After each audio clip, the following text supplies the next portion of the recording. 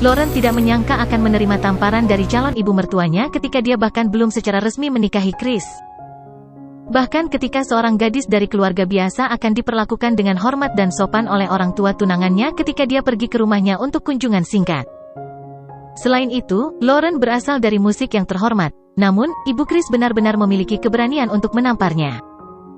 Lauren jarang melemparkan bebannya sebagai pewaris Howard, tetapi pada saat ini, dia tidak punya pilihan selain menyebutkannya.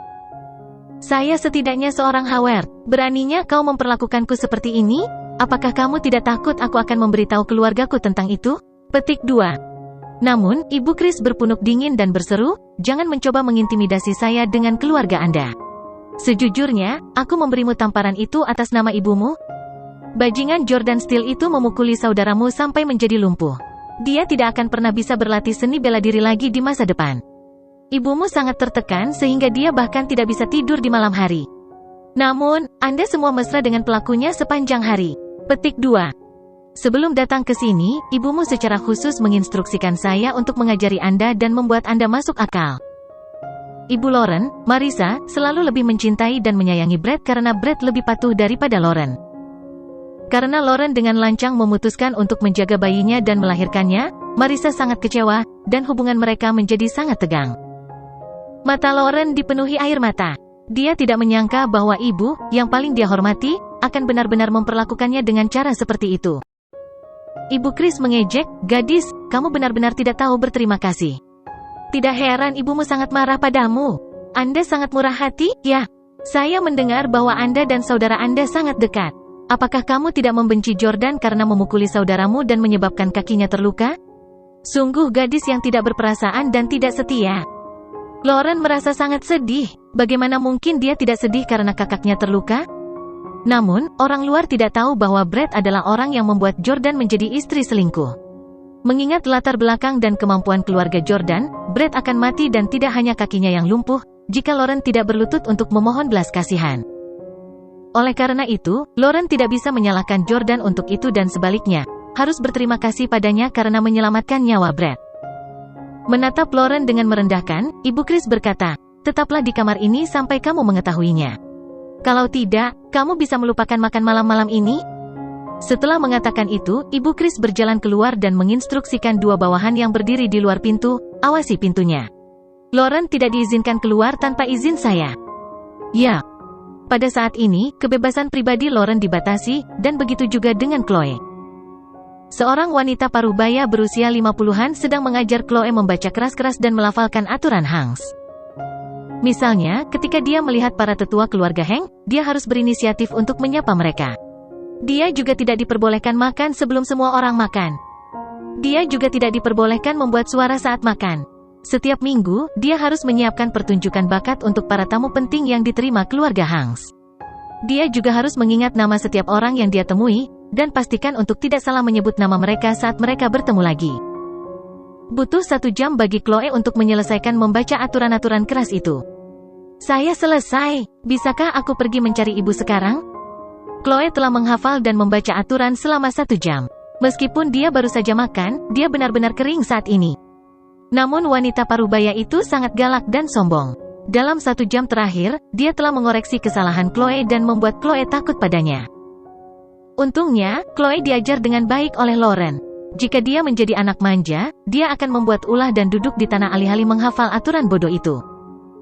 Namun, Chloe memiliki daya tahan yang lebih baik daripada anak-anak lain seusianya. Chloe, keluarlah. Chris tiba-tiba memanggil Chloe. Pada saat ini, dia sedang merokok di halaman dan melamun, pikirannya dipenuhi dengan adegan Lauren mencium Jordan tempo hari. Dia adalah seorang chauvinis pria yang sombong.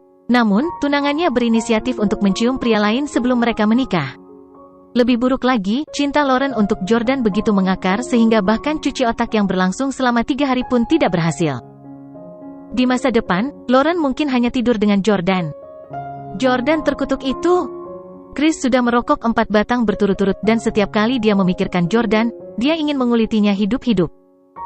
Paman Dominic. Chloe berjalan di luar halaman dengan patuh dan berhenti di depan Chris. Dia kemudian memanggilnya. Chris memandang Chloe, apel yang indah di mata semua orang. Namun, matanya penuh dengan kebencian yang tak ada habisnya. Bagaimana kamu begitu cantik, bajingan kecil? Chris melampiaskan semua kebenciannya pada Jordan pada putrinya, Chloe. Dia membuang rokoknya dan berkata kepada Chloe, "Chloe, mulai sekarang, aku akan menjadi ayahmu dan kamu akan menjadi Hank." Terlepas dari jenis kelamin, semua keturunan Hank harus belajar seni bela diri dan bergabung dengan militer. Ini adalah tradisi yang telah berlangsung selama ratusan tahun. Jadi, mulai hari ini dan seterusnya, kamu harus mulai berlatih seni bela diri juga. Chloe begitu naif dan polos sehingga dia pikir itu sesuatu yang menyenangkan dan segera bertepuk tangan dengan gembira. Tentu, ayahku berkata bahwa dia akan mengajariku seni bela diri juga. Ayah benar-benar mengesankan. Dia telah membunuh seekor cheetah sebelumnya. Omong kosong. Chris menjadi murka saat melihat Chloe memuji Jordan. Chris telah pergi ke berbagai tempat yang keras di dunia dan telah menyaksikan berburu cheetah dengan matanya sendiri. Dia melihat cara cheetah berlari seperti mobil sport dan bertarung dengan agresif. Sampai hari ini, dia masih akan bergidik setiap kali dia memikirkan adegan mulut cheetah berlumuran darah segar. Ketika kamu melihat cheetah dengan mata kepala sendiri, kamu akan tahu bahwa ayahmu adalah sampah yang hanya tahu meniup trompetnya. Chris berseru dengan putus asa. Chloe mengerutkan kening dan berseru, "Tidak, ayahku tidak akan membual atau membohongiku." HMPH. Tidak ingin berdebat dengan seorang gadis berusia 4 tahun, Chris berkata, "Sekarang, mulailah belajar untuk masuk ke kuda-kuda.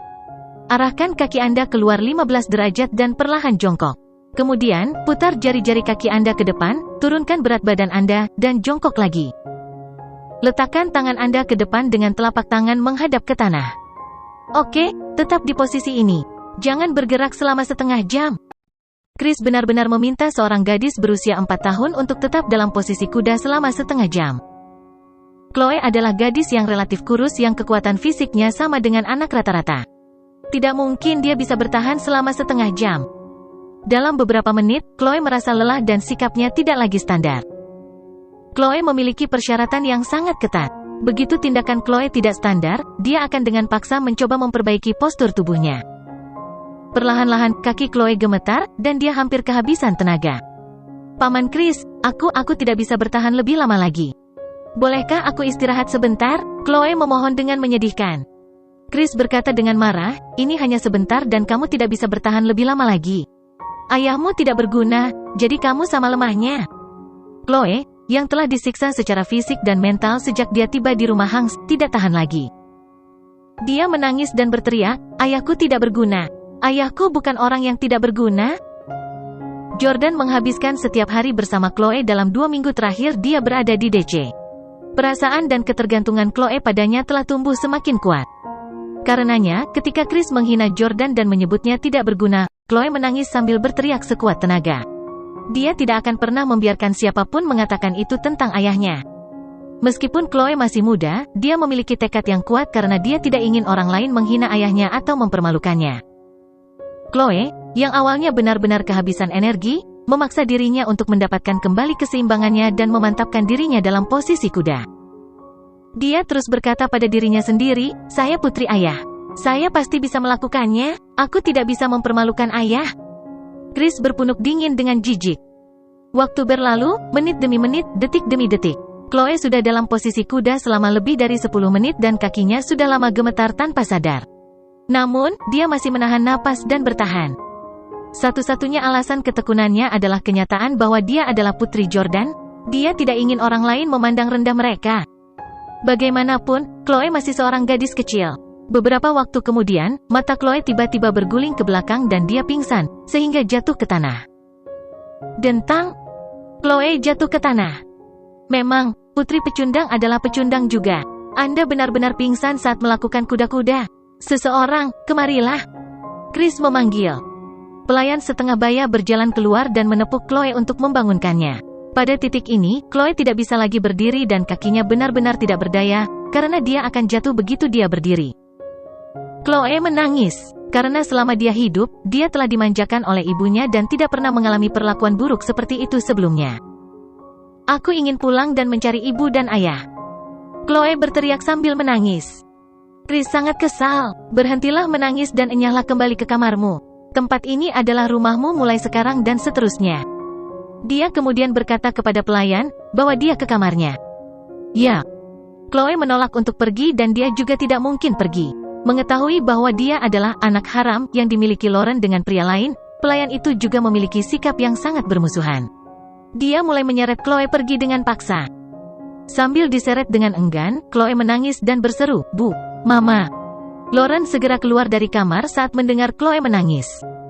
Namun, begitu dia keluar, dia dihentikan oleh dua pria. "Nona Lauren, Anda tidak bisa keluar kecuali Anda menyetujui permintaan Nyonya." Lauren menjadi marah dan berteriak, "Pergilah. Aku akan melihat putriku." Pengawal itu masih menolak untuk melepaskannya. "Tolong jangan mempersulit kami." Lauren sangat tertekan dan khawatir tentang Chloe sehingga dia mencoba memaksa keluar, hanya untuk dibawa kembali ke kamarnya oleh dua pengawal secara paksa. Pintu kemudian ditutup. Selama 4 tahun terakhir, Lauren tinggal bersama Chloe sendirian, jauh dari keluarganya. Chloe sangat berarti baginya sama seperti hidupnya. Dia bisa tetap tenang setiap saat, tetapi tidak ketika putrinya terluka. Dia bisa melakukan apa saja demi putrinya. Pada saat ini, Lauren sangat marah dengan fakta bahwa Hanks memiliki keberanian untuk melakukan itu padanya meskipun dia adalah seorang Howard. Lauren segera mengangkat telepon dan menelepon kakeknya untuk mengadu kepadanya sehingga dia bisa mencari keadilan untuknya. Mengingat status Martin di DC hari ini, seluruh keluarga Hank harus berlutut untuk meminta maaf kepada Lauren selama dia memberi perintah. Namun, Martin tidak menjawab telepon. Dia tahu bahwa orang tuanya terlalu mencintai Brett dan masih membencinya atas apa yang terjadi padanya, jadi dia tidak menelepon mereka. Dia memikirkan Jordan, ayah Chloe. Karena Chloe telah dianiaya, dia seharusnya menjadi orang pertama yang dia hubungi. Namun, dia tidak bisa memanggilnya. Dia tahu situasi Jordan saat ini dan sadar bahwa dia tidak akan mampu menangani Hanks sendirian sehingga dia akan menyakitinya dengan memintanya untuk datang. Karena itu, Lauren memilih untuk memanggil saudara laki-lakinya, Brett, yang selalu tidak kenal takut dan berbagi hubungan dekat dengannya. Pada saat ini, Brett masih dirawat di rumah sakit. Segera setelah panggilan itu dijawab, Lauren segera berkata dengan mendesak, "Brett, kirim seseorang ke rumah Hanks untuk menyelamatkan saya dan Chloe. Mereka memukuli saya dan mengunci saya di kamar." Chloe menangis, "Saya tidak tahu apa yang telah mereka lakukan padanya, tetapi saya benar-benar khawatir. Dia belum pernah mengalami penderitaan sebelumnya." Mendengar ini, Brett menjadi marah. "Apa, Hanks benar-benar kurang ajar? Beraninya mereka memukulmu dan Chloe? Aku akan mengirim seseorang untuk menyerbu rumah mereka." Brett selalu membenci Hanks meskipun mereka memang sangat kuat. Meskipun Lauren belum secara resmi menikahi Chris, mereka sudah sangat tua untuk melakukan hal seperti itu padanya. Mereka mungkin akan melecehkan Lauren dan Chloe sampai mati setelah pernikahan resmi mereka pada tanggal 1 April. Brett memerintahkan, kirim seseorang ke Hanks untuk membawa Lauren dan Chloe pulang. "Sialan, jika kakiku tidak terluka, aku akan pergi sendiri untuk memukuli Chris Hanks sampai wajahnya bengkak." Segera, bawahan Brett segera mengatur agar orang-orang pergi ke rumah Hanks. Namun, tidak butuh waktu lama bagi mereka untuk kembali lagi. Brett bertanya dengan heran, "Apa yang terjadi? Bukankah saya memberitahu Anda untuk secara pribadi membawa beberapa orang ke sana? Kenapa kamu kembali? Apakah keluarga Hank menolak untuk membiarkan mereka pergi?" Bawahannya menjawab, "Tidak, Tuan Howard, kami dihentikan oleh petugas Clyde bahkan sebelum kami mencapai tempat Chris Hank." Segera, seorang pria jangkung dan kekar yang berusia sekitar 40 tahun masuk. Dia adalah Clyde, bawahan Martin yang paling cakap. Dia sering digambarkan sebagai luar biasa oleh Martin. Meskipun dia adalah bawahan Martin, dia sangat banyak akal dan memiliki koneksi dengan polisi dan triad. "Clyde, mengapa Anda ingin menghentikan orang-orang saya pergi ke Hanks?" tanya Bram bingung. Clyde tersenyum dan menyapa Brett lalu berkata, "Tuan Howard, ini perintah kakekmu." Brett bingung, kenapa kakek menghentikanku? Apa dia akan membiarkan Hanks menggertak Lauren? Clyde berkata, "Tuan Howard, Sir, mengatakan bahwa Anda tidak boleh mengirim siapapun ke Hank, atau itu akan dianggap sebagai provokasi kepada Hanks. Sekarang pernikahan mereka sudah dekat, Tuan Howard, Sir. Tidak akan membiarkan Anda melakukan sesuatu yang akan mempengaruhi perdamaian antara kedua keluarga." Brett sangat marah. "Dalam hal ini, aku memerintahkanmu untuk membawa Lauren dan Chloe kembali dari Hanks. Bukankah kakek selalu mengatakan bahwa kamu luar biasa dan brilian seperti jenderal kuno yang kuat? Kalau begitu, aku akan memberimu sebuah tank. Pergi bunuh mereka." Clyde terkekeh dan berkata, "Maaf, tapi aku hanya menerima perintah dari kakekmu. Anda tidak bisa menyuruh saya berkeliling." Petik 2. "Selain itu, Tuan Howard, Anda menyanjung saya. Hanks terlalu kuat. Saya khawatir saya tidak akan bisa masuk. bahkan jika saya mencoba menerobos masuk. Petik 2. Aku di sini untuk memberitahumu untuk beristirahat dan memulihkan diri dengan baik di rumah sakit. Keluarga Hank tidak akan berani melakukan apapun untuk menyakiti Nona Lauren. Yakinlah. Yakinlah, kakiku, Brett mengutuk dengan marah. Jejak ketidaksenangan muncul di wajah Clyde. Meskipun Clyde adalah bawahan Martin, dia adalah sosok yang cukup besar dan dihormati di negara ini, di luar keluarga Howard. Fakta bahwa Brett berbicara kepadanya dengan sangat kasar ketika dia masih junior membuat Clyde sangat kesal. Bawahan Brett, yang mengetahui kekuatan Clyde, buru-buru berkata kepada Clyde, "Tenang, Tuan Howard hanya bingung. Dia tidak berarti apa-apa lagi." Clyde berpunuk dengan dingin dan pergi. Setelah Clyde keluar dari bangsal, bawahannya berkata dengan bingung, "Tuan Howard, Clyde selalu jauh dari DC dan tidak pernah muncul dengan mudah. Kenapa dia tiba-tiba kembali ke DC hari ini?" Brett juga bingung. "Ya, orang ini adalah kartu truf kakekku. Dia biasanya kembali hanya ketika sesuatu yang besar terjadi di DC." Bawahannya sepertinya memikirkan sesuatu dan berkata, "Kurasa aku mendengar seseorang mengatakan bahwa ada keributan di bandara barusan. Tentunya dia tidak ada di sini karena ini kan?" Petik 2. Itu mungkin. Brett tidak ingin memikirkannya untuk saat ini. Lupakan saja. Masalahnya sekarang adalah kita harus membawa adikku dan Chloe keluar dari rumah Hanks. Antek itu juga ditempatkan di tempat. Kakekmu tidak setuju untuk membiarkan kami pergi dan merebut mereka. Siapa lagi yang memiliki kemampuan untuk membawa Nona Lauren keluar? Mengapa kita tidak membiarkan Nona Lauren menderita selama 2 hari? Bagaimanapun, dia harus secara resmi menikah dengannya cepat atau lambat. Hanya masalah waktu sebelum dia harus menerima aturan mereka. Brett kehilangan kesabaran dan menamparkan wajah bawahannya. "Bajingan, tidak ada yang bisa membuat saudara perempuan saya berkorban dan menderita demi kebaikan yang lebih besar di dunia ini. Menurut Chris Hank siapa dia?" Hanks yang menjengkelkan pasti menempatkannya di tempat karena mereka kesal karena dia melahirkan anak Jordan. "Oh benar, Jordan Steele?" Brett tiba-tiba teringat Jordan. Karena keadaan, dia tidak bisa mengirim pasukan Howard untuk menyelamatkan Lauren dan Chloe, dia tidak punya pilihan selain mengirim Jordan. Brett sangat enggan menelepon Jordan. Dia masih dirawat di rumah sakit dan tidak bisa bangun dari tempat tidur selama beberapa hari sekarang, semua berkat Jordan. Namun, demi Lauren, dia akhirnya tetap menelepon Jordan. Pada saat ini, Jordan, yang berada di sebuah hotel dekat rumah Lauren, terkejut menerima telepon Brett. "Kenapa dia memanggilku?"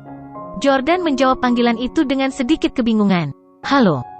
Brett tidak melontarkan omong kosong, juga tidak memarahi Jordan, tetapi dia menyebutkan tentang melukai kaki Brett. Dia berkata dengan lugas, "Jordan, putri Anda sekarang akan disiksa sampai mati oleh Chris, dan saudara perempuan saya juga dipukuli dan dikurung oleh mereka. Jika kamu laki-laki, pergilah ke Hanks sekarang dan bawa adikku dan Chloe keluar." Jordan juga langsung gugup. "Apa katamu? Apa yang terjadi dengan Chloe?" Petik 2. Brett tidak tahu persis situasinya dan karenanya, hanya membuatnya terdengar lebih serius. "Apakah kamu tidak tahu orang macam apa Chris Hank itu? Tunangannya punya anak dengan pria lain. Dia bisa memiliki sikap yang baik?" Chloe sekarang menangis begitu keras hingga suaranya menjadi serak. Semakin dia menangis, semakin Hanks memukulnya. "Dia dianiaya justru karena ayah yang tidak kompeten sepertimu." Jordan mengepalkan tinjunya, hampir meledak. Chloe adalah bagian dari Jordan dan orang yang paling dia hargai. Dia imut dan cantik, seperti bidadari yang turun ke bumi. Jordan benar-benar mencintainya dan tidak akan pernah membiarkan siapapun menyakitinya.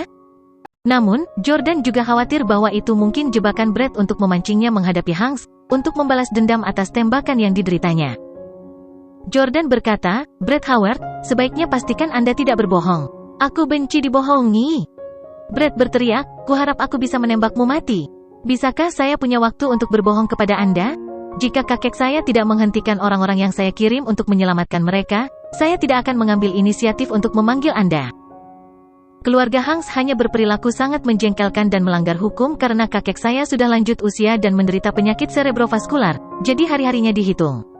Selain itu, generasi kedua Hanks bekerja lebih baik daripada ayahku. Jordan, percaya atau tidak, itu putrimu. Jika Anda dapat menerima putri Anda dilatih seperti anjing oleh Hanks, sesuaikan dengan diri Anda sendiri. Setelah mengatakan itu, Brett menutup telepon. Di dalam bangsal, bawahannya membawa segelas air ke Brett yang marah dan berkata, "Tuan Howard, Jordan sendirian. Dia tidak bisa menerobos masuk ke rumah Hanks kecuali dia memanggil pesawat berbentuk UFO itu." Tapi kakekmu telah mengeluarkan perintah agar UFO dimusnahkan pada kesempatan pertama setiap kali muncul lagi. Brad meneguk banyak air, dan berkata dengan tatapan datar di matanya, meskipun aku tidak menyukai Jordan, aku harus mengakui bahwa jika hanya ada satu orang yang bisa membawa adikku keluar dari rumah Hanks, dan itu adalah Jordan Steele. Jordan keluar dari hotel secepat mungkin. Dia tahu bahwa Brad tidak berbohong padanya, dan tidak ada alasan baginya untuk menipu dia menggunakan Lauren, saudara perempuannya, dan Chloe. Begitu dia melangkah di jalan, seorang pengemudi wanita kebetulan keluar dari Volkswagen Golf putih dan menghentikan Jordan ketika dia melihatnya. "Hei, tampan, aku tidak bisa mundur dengan baik. Bisakah Anda membantu saya memundurkan mobil saya ke tempat parkir?" Jordan tidak mengucapkan sepatah kata pun dan sebaliknya, masuk ke dalam Volkswagen putih. Pengemudi wanita itu mengucapkan terima kasih sambil tersenyum, "Terima kasih, tampan. Sepertinya masih banyak orang baik hari ini." Sementara pengemudi wanita memuji Jordan, dia menginjak pedal gas dan langsung mengusir mobil itu. Pengemudi wanita itu berkedip dan membeku selama 5 detik penuh sebelum mogok dan berteriak sambil berlari, "Seseorang mencuri mobilku." Jordan mengendarai mobil Volkswagen secepat mungkin dan tiba di villa keluarga Hanks. Karena itu adalah salah satu tempat tinggal paling mewah di DC, keamanannya juga sangat ketat. Pengunjung tidak diperbolehkan masuk tanpa izin. Jordan sangat kesal, dan dia terus membunyikan klakson pada petugas keamanan agar dia membuka pintu. Petugas keamanan juga keluar dan berkata kepada Jordan, "Kamu bukan penduduk di sini kan? Anda ingin memasuki perkebunan ini dengan mobil yang buruk?" Petik 2. Jordan mengulurkan tangan kirinya dan meraih petugas keamanan. Menekannya ke kaca spion, dia menuntut dengan keras, "Buka pintu untukku segera." Ini adalah pertama kalinya penjaga keamanan bertemu dengan orang yang begitu kejam. Karena takut, dia buru-buru menekan remote control, membuka pintu, dan membiarkan Jordan masuk. Setelah itu, petugas keamanan segera kembali ke dalam rumah dan mengambil intercom untuk memberitahu yang lain, ada Volkswagen Golf putih menerobos masuk. "Kawan, segera keluar untuk menghentikannya." Jordan dengan cepat pergi ke villa Hanks dan begitu dia keluar dari mobil, dia dihentikan oleh penjaga gerbang. "Kamu di sini untuk apa?" Jordan berkata dengan dingin, "Aku ingin melihat putriku." "Minggir!" Penjaga di gerbang berkata, "Lelucon sekali. Apakah Anda tahu bahwa ini adalah villa Hanks di DC? Apakah Anda pikir Anda dapat melihat orang-orang di dalam sesuka Anda? Cepat dan tersesat." Sebelum penjaga selesai berbicara, Jordan sudah menjatuhkannya ke tanah dengan satu pukulan. "Tidak ada yang bisa menghentikanku untuk melihat putriku."